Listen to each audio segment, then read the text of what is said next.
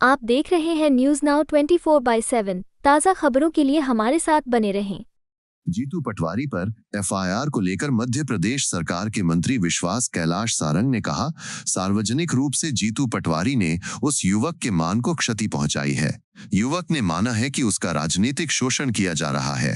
FIR हुई है तो डर क्यों रहे हैं?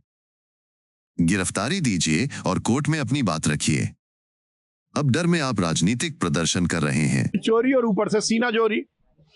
एक तरफ तो गलत बयानबाजी कर रहे हो अपनी राजनीतिक रोटी सेकने के लिए। अरे झूठ और फरेब की राजनीति नहीं चलेगी।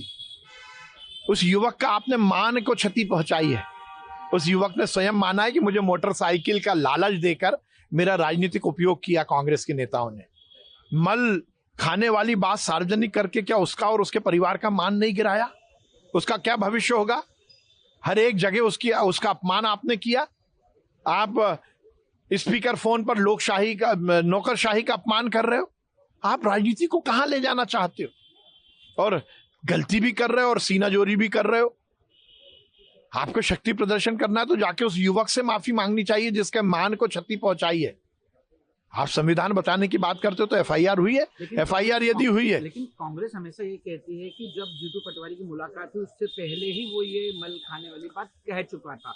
कलेक्टर के सामने भी भैया सार्वजनिक रूप से तो जीतू पटवारी जी ने उसके मान को क्षति पहुंचाई है, नहीं पहुंचाई क्या? उस युवक ने स्वयं ने माना है कि मेरा गलत राजनीतिक उपयोग किया जा रहा है, मेरा राजनीतिक शोषण किया जा रहा है। अब यदि एफआईआर हुई तो डर क्यों रहे हो? जाइए और गिरफ्तारी दीजिए, कोर्ट में अपनी बात रखिए। एफआईआर का मतलब सजा तो नहीं होती ना।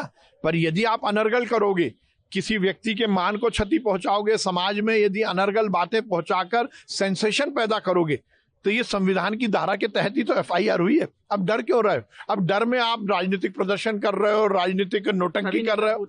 हाँ, कहने का मतलब यह है ना कि चोरी और ऊपर से सीना चोरी। और फिर चमकाने की बात, कितने दिनों में हमारी सरकार आएगी, मेरी मौसी को मूछें होंगी तो मैं उन्हें मामा कहूंगा, ना मौसी को मूछें होंगी ना मामा कहला पाओगे। ऐसे ही दावे कमलनाथ जी ने किए थे।